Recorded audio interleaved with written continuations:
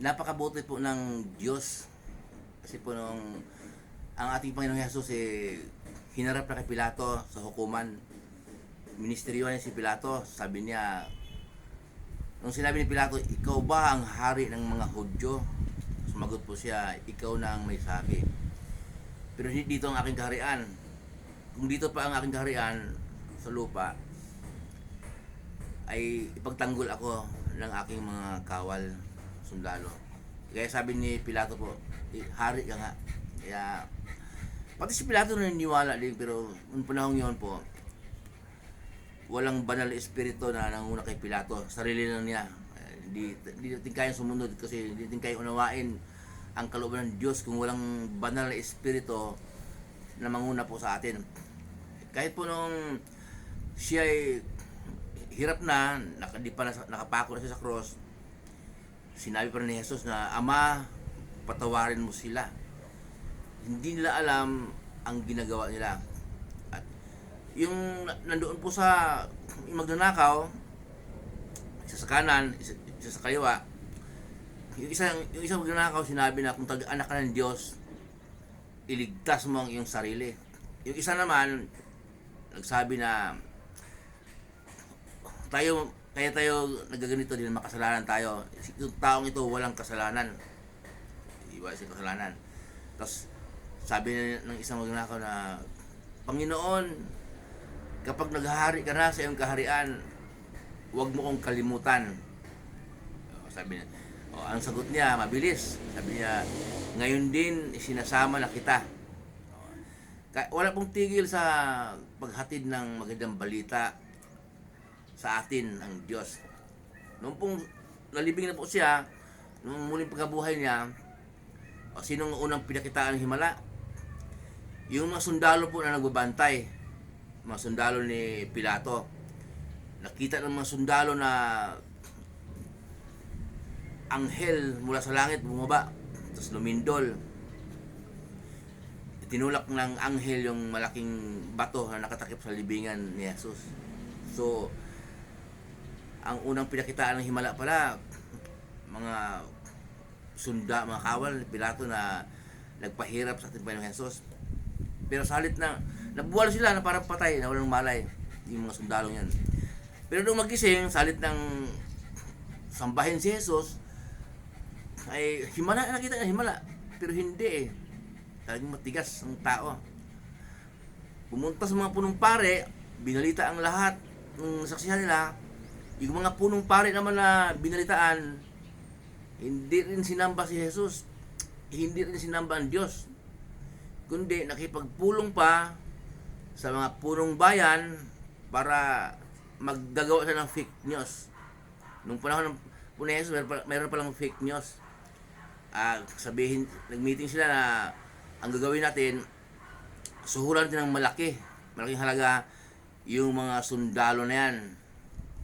Bayaran natin malaking halaga para mamalita sila na si Jesus, nung natutulog kami kagabi, ninakaw ang kanyang bangkay, ninakaw ng mga alagad niya, at yun, kaya nawala, hindi siya muli nabuhay kundi ninakaw.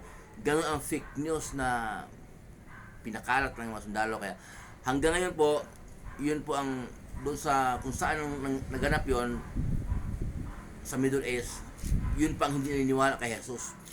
Yun ang balita ngayon kasi nga na nadaig sila ng fake news. Noong palang panahon ni Jesus, may fake news niya. Ngayon naman pag may fake news, magtataka tayo. Fake news na naman yan. Mawalan daw ng ganito, kuryente, kung ano-ano. Kaya huwag tayo po magtataka kung may fake news. Kaya ang ating Panginoon Jesus po, talagang napakabuti po niya, at ang Diyos napakabuti niya. Mula noon hanggang ngayon, lagi ko pong pinupost na ang Diyos nagpapadala ng mga tao sa mga lugar para maghayag ng kanyang salita. Nais ng Diyos na lahat ng tao maliligtas. Nais ng Diyos na lahat ng tao makarinig ng kanyang salita. Pero ayaw natin makinig. Okay? Sinabi rin naman ng Diyos doon sa Old Testament pa na hindi niya pinansin ang aking mga saway, ang aking mga payo, ang aking paalala. Pero pag dumating sa inyo ang kahirapan, tatawagin ninyo ako, tatawanan ko kayo. Yun po yung paghukom, yung nasa impyerno na, papunta sa impyerno, huli ang lahat. Kaya, at sabi nga ni Jesus naman sa John 8:47, ang nakikinig sa salita ng Diyos, mula sa Diyos, ayaw natin makinig sa salita ng Diyos, hindi sa Diyos. Kahit ako po, pinagkalooban ako ng Diyos ng kaunawaan, kailangan ko rin ihayag kasi nga, sabi nga ni Pablo, kawawa ako kung hindi ko ihayag ang pinagkaloob sa akin ng Diyos na karunungan ng pagsalita ng kanyang salita. Ebanghelyo yon, mga gustong ihayag ni Pablo. Utos ng Diyos yun sa kanya. Kasi po, hindi lahat ng tao pinagkalooban ng karunungan ng Diyos. Kaya po yung lingkod, pagka naghayag po akong salita ng Diyos, may verse lang po akong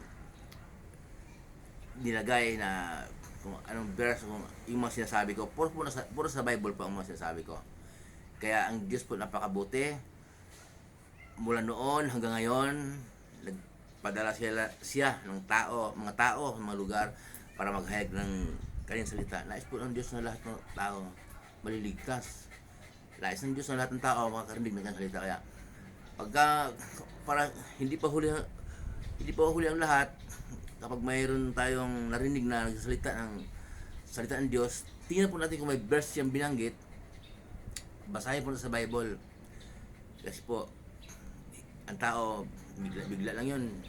May mga kakilala tayo na nag-di-off lang, nag-rest lang sa work niya, namatay, natulog lang, hindi nagising, namatay. Kaya hindi natin alam kung hanggang saan tayo. Kaya dapat po, bago mangyari yun, matagpuan tayo na sumusunod tayo sa utos ni Jesus, mga turo ni Jesus. Huwag tayong matakot.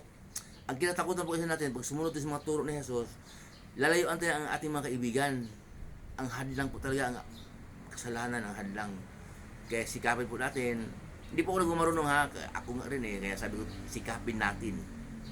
Sikapin natin yung sumunod sa mga turo ng Panginoon Jesus. Kung tayo ay darating sa ating biglaing kamatayan, matagpuan tayo ng mananampalataya.